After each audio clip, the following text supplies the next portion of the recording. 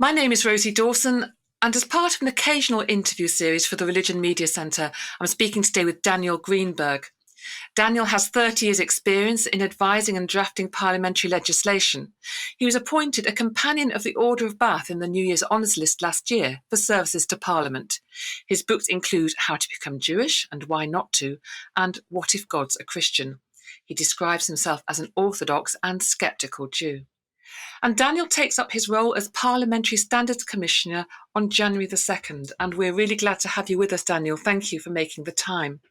And you said to me in a conversation that you feel that your life and work has sort of been preparing you for this role. That's quite a statement. Yes, well, what I feel is that over the last 35 years, I've had really two very important interests. One in the work that I do in relation to law, the rule of law, and legislation, and one in relation to communal religion, institutional religion, and the role of religion in society. And although this is more about ethics than it is about strictly religion, I'm finally towards the end of my parliamentary career taking on a role that involves thinking not just about law, but also about wider ethical principles and applying them within a parliamentary context. So, yes, I really do feel that two parts of my professional life or my interests are coming together in what I hope will be a constructively useful way. Well, let's talk a little bit about your personal background. Tell me a little bit about the home that you grew up in and the community to which you belonged. So I grew up in Golders Green in northwest London, in what I would describe as a traditional Orthodox religious household, not what I think people would characterize today from the outside as a sort of ultra Orthodox or strictly Orthodox, but a traditional Jewish household, very much involved in and part of the Orthodox Jewish community, part of the United Synagogue, which is the largest Orthodox synagogue network in the United Kingdom, under the auspices of the chief rabbi from time to time. And that was where I grew up, and we were very involved in synagogue activities. And I did not go to full-time Jewish education for schooling, which was, I think, a little bit less common then than it is today. So I didn't do that, but I got a pretty good grounding of Jewish education around schooling through synagogue and other activities. And what was your sort of early understanding of the sort of the centrality of faith and religion in your life?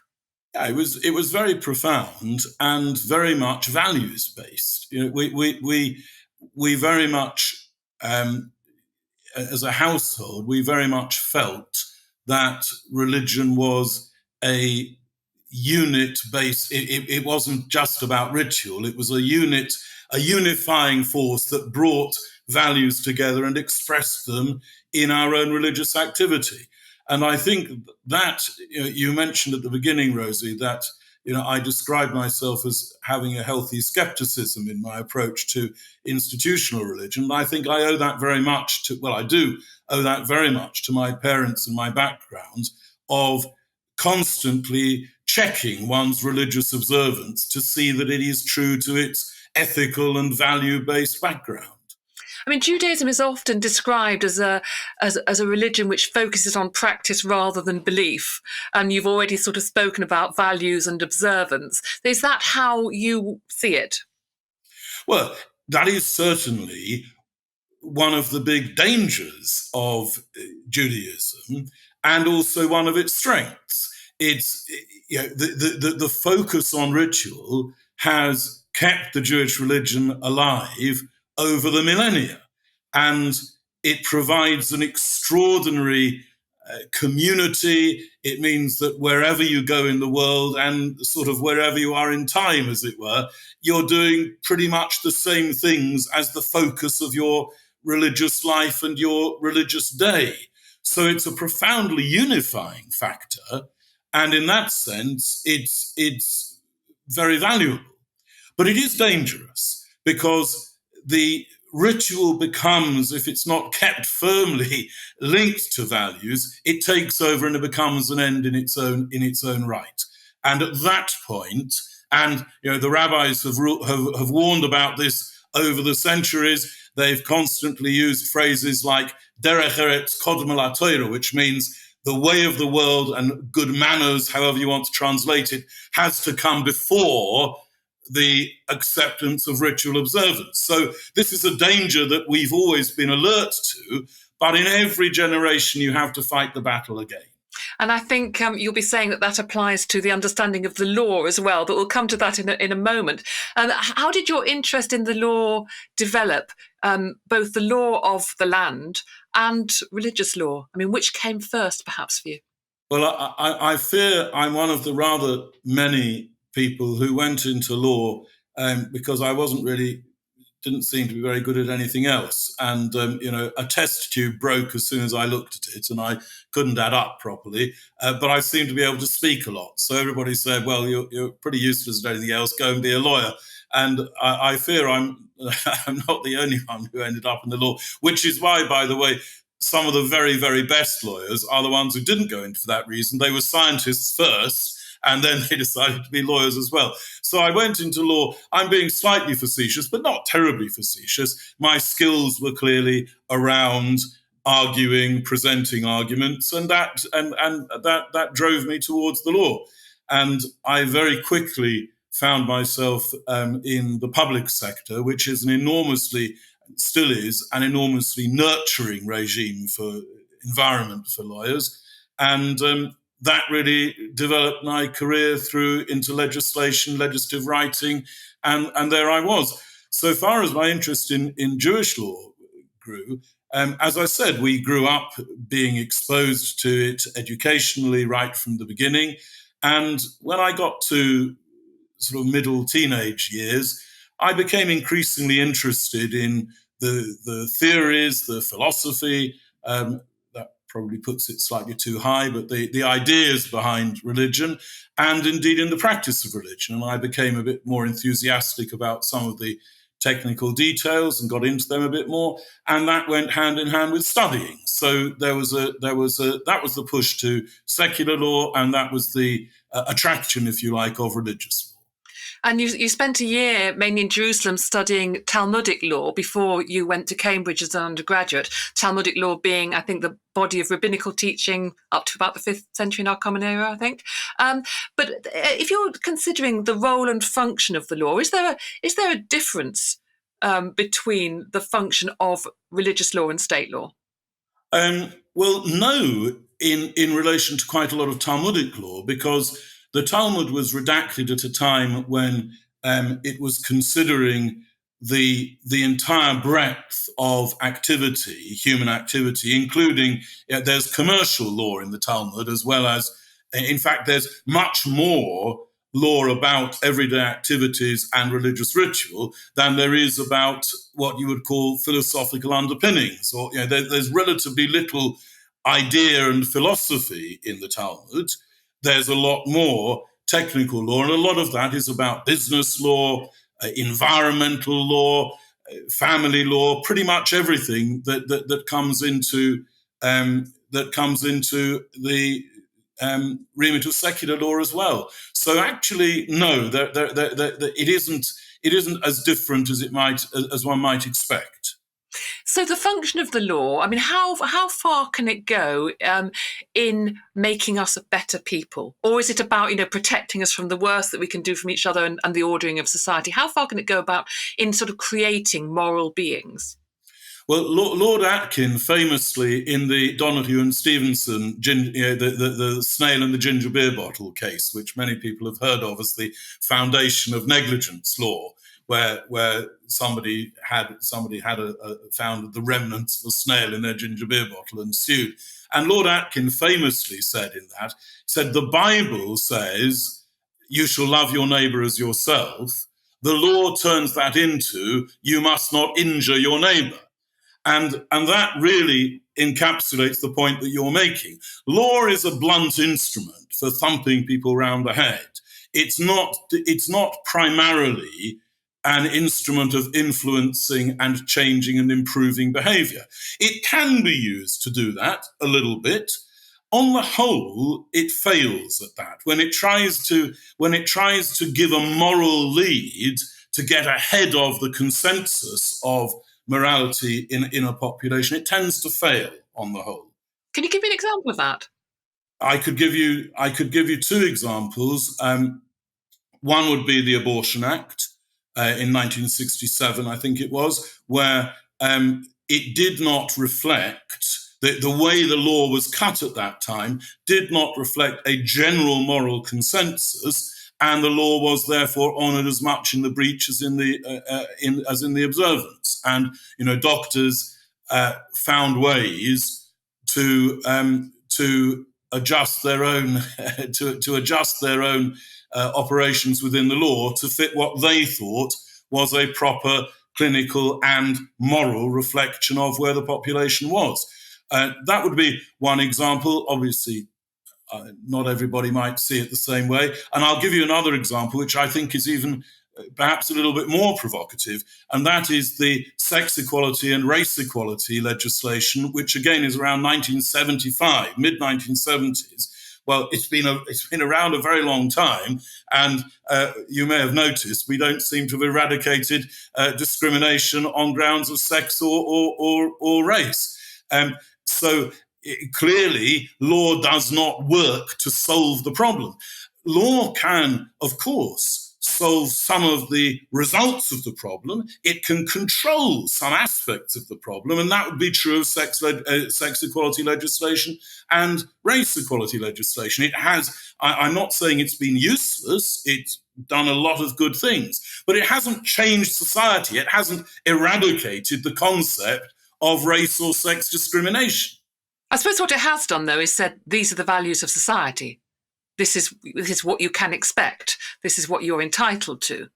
I'm not sure about the first part of that. I agree with the second part of that, but in a way, it sort of emphasizes that these aren't the values of society. Because if they genuinely, we don't have the not jumping off a cliff law because people aren't jumping off cliffs. I mean, obviously, that's a slightly facetious example because, of course, we do have a lot of very complicated and increasingly sensitive law about suicide. So perhaps that's not the most happy example to give. What I mean is that things that are clearly deep in societal values, you don't need to legislate about. Things that are still very, very difficult to control, where there is a lot of oppression or abuse or bigotry, that's where the law may be wheeled in to try to control it, but it won't change people's minds and attitudes. We could discuss all this forever and a day, I'm sure, but can we move on to your new role as Parliamentary Commissioner for Standards? I mean, first of all, what does it entail and what doesn't it entail? Because we have ministerial codes and so on. So what's your brief? I am asked by the House of Commons to monitor compliance with the Code of Conduct for Members of Parliament. And that's only MPs, that's only House of Commons. So it's nothing to do with the House of Lords. And as you say, it's nothing to do with the ministerial code. But the code is, there is a sort of common thread because the code for members rests on the Nolan principles of standards in public life, which are printed at the beginning in the introduction to the code. So there is a little bit of consistency, or there should be some consistency of approach across the public sector. Just remind us, those principles were from 1995, the Nolan report. Just remind us what they are. So there are 7 principles, and they have slightly different names, but they include transparency and accountability. Transparency, people sometimes refer to as openness, but it's the same thing. Integrity and selflessness and honesty, which obviously go together. And then objectivity and leadership. Now, you're coming into this role at a real febrile time in British politics. I mean, what do you see as the biggest challenge facing you? Is it the climate? Is it the behaviour? What is it that you feel you really need to face first of all? Well, I've said in a number of contexts already that I think the biggest challenge is the depths to which the reputation of politicians as a class has sunk. And I've also said I think that in many ways that very low reputation is undeserved, but it's it very much is the starting point, because I'm tasked with looking at ethics in the code of ethics, the code of conduct in the House of Commons. And to many people, if you say that, they will say, and I've had this reaction from people, well, not a lot of point to that because there are no ethics there. And that is not the case. But that is a challenge if you're trying to, if the purpose of the code is to inform not just the way politicians behave, but also the way that they're perceived. And those things do go very much together in terms of the effective rule of law. Then the first point must be to address the idea that there aren't any ethics in Parliament, because there are. First thing to say, I suppose, is that you don't regulate the behaviour of MPs in the chamber itself. That's the job of the Speaker to attend to. But you're talking about the reputation, and you say the low reputation is undeserved. I mean, I just mentioned bullying, lobbying, MPs going on holiday, taking speaking and media engagements when they should be in their constituencies. I don't need to name names here. But I mean, do you understand why the standing of MPs is so low at the moment? Yeah, absolutely. The examples you've given are all really serious examples of breach of public trust. They're incredibly important examples. But they are examples of instances. And if we added up all the examples that you've just given, the ones that people would instantly know about, it might come to 10 or 20 names, recurring names of MPs. We've got 650 MPs in Parliament. And the vast majority of those MPs are strongly and deeply committed to doing their job in a way that meets and advances the principles of public life that we've discussed, the integrity, leadership, selflessness. These are reasons why people go into politics. These are strengths of what they perceive they can offer the public. And the vast majority want to and commit to and want to be seen as committing to those standards. How do you know that? I mean, do you know that because you know them all? I don't know all of them, but I know a lot of them. And I see, I see the inside. I've been in and around Parliament for 35 years. I've dealt with MPs from all parties, backbenches, front benches, and I would say I've seen it all. And I've seen a lot of bad behaviour, and I've seen an enormous amount of very impressive behaviour. So it's not the case. I mean, Max Hastings was on the radio recently, and he said, well, the problem is that you've got the wrong sort of people going into politics. You wouldn't agree with that? No, I wouldn't. I'm not. I wouldn't say that. I wouldn't say that nobody goes into politics for the wrong reasons.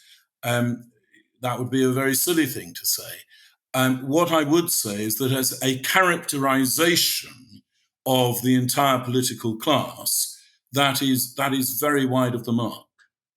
Is it that people go in and get influenced by the culture in a particular way to behave badly, or are they sort of bad people to start with? Those that are misbehaving, those that do abuse their power. I don't think I'm necessarily the right person to. I'm not going to be able to give you a sort of psychological analysis of what goes on in an MP's mind.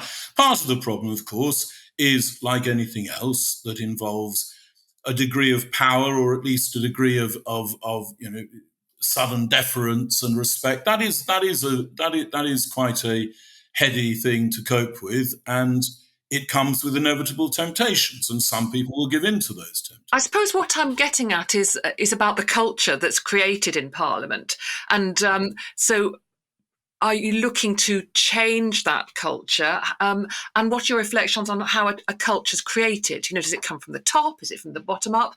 Which end will you be pushing from?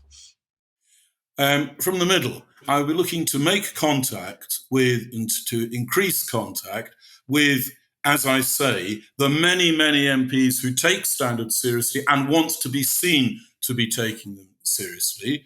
I will be looking for opportunities to help to develop that kind of practice, to help to spread it amongst other MPs, amongst MPs' offices, to MPs' staff, to help to spread an awareness of how the Nolan principles can influence day-to-day life, and perhaps do, well, not perhaps, I'm hoping to do some outreach work where people from outside Parliament and inside Parliament come together and compare notes, and just perhaps shift the narrative a little bit so that standards isn't all about which MP is going to do something wrong next. Clearly, when MPs do break the code, behave improperly, the standard system is there to take them to account, to hold them to account, and to make sure that their actions have consequences and are dealt with properly, effectively, and in a way where they've caused damage to other people, that is addressed properly. So this is not about being soft on the examples that you mentioned. They are, as you say, they have driven the agenda entirely properly. Media have focused on them. I have no complaint about that at all. It is that they are extremely serious breaches of public trust, and the standard system is there to address them. But it's not only there to deal with those who break the code. It's also there to support and enhance good behaviour within Parliament. Fewer people applied for your role than the last time it came up. It's a 5-year term. Catherine Stone is stepping down. MPs have referred to the extremely tough time that she's had. I mean, do you anticipate resistance and opposition to what you try to do? Look, there'll be a little bit of resistance, as there was for her. If I handle the difficult times half as well as she did, I'll be very pleased with myself. How are you going to measure, if not success, then at least progress in your role? Well, we're focusing here in the context of this interview. We're focusing on the ethical component of the standards, and I think I will be looking to apply a benchmark that relates to those underpinning ethical standards, the Nolan principles, and we'll look at the visibility of the Nolan principles, how aware people that they exist, how much people feel that they have a reality in influencing the day-to-day performance of members of Parliament. And I think there will be lots of different ways of taking the temperature of that and seeing whether the underlying ethical principles are gaining more traction. You're visibly Jewish. You wear a kippah. I mean, do you think that members will respond perhaps differently to you because of that? Probably, yeah. I mean, as you say, it's very visible. It means that I'm clearly holding myself out as being a visibly religious person, somebody who is committed to a particular religious way of life. And I would expect that some MPs may find that a little bit not troubling, perhaps that's too that a little bit distracting, possibly, or they may ask themselves, is this somebody who's going to be looking at standards rather than from a sort of neutral ethical position, from some sort of religious fundamentalist position? And I think one of the things that I have to do is to win people's confidence by showing that my religion is very important to who I am, and it does influence pretty much everything I do, but that it is not going to spill over in any way, so that there's some sort of religious flavor being given to the role. I've been a lawyer for 35 years, and I'm very used to giving legal advice that is clearly dispassionate, aims to be dispassionate, accurate, and value neutral. The slight difference here, as I said at the beginning, is that there is now an ethical or principled flavor to my professional work. I think it is absolutely vital and possible to keep that very separate from what is my personal religious expression.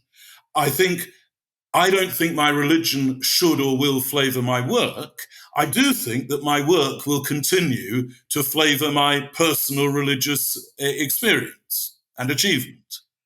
As you go into the office, nevertheless, on the 3rd of January, will you be taking in with you a rabbinic saying or a bit of Jewish teaching which will be there at the forefront of your mind? Well, yes, in a way, and it's one that we mentioned a few minutes ago. The rabbinic saying that derech eretz kodem la Torah, that decency, proper behavior comes before religion. I think firstly, it's something that I try to take with me all the time, because I think, as we've discussed, that is the foundation of proper religion, a decent religion. But I think it's also very important for a job that involves ethics. It's something that I'll be saying to myself. I remember when I was involved in selecting a rabbi for our synagogue, the chief rabbi asked me, what are the 3 criteria that you're intending to apply in selecting a religious leader? And I said, well, the 3 criteria in Hebrew, I said, they're yashrus, yashrus, and yashrus, or otherwise straightness, straightness, and straightness. So integrity, which is one of the Nolan principles, is the ethical underpinning of good public behavior. It's also the good ethical underpinning of religion. And so I think it's a good way for me to bring the different sides of my professional life together. Decency before religion, decency before politics. Daniel Greenberg, thank you ever so much for joining me. Thank you.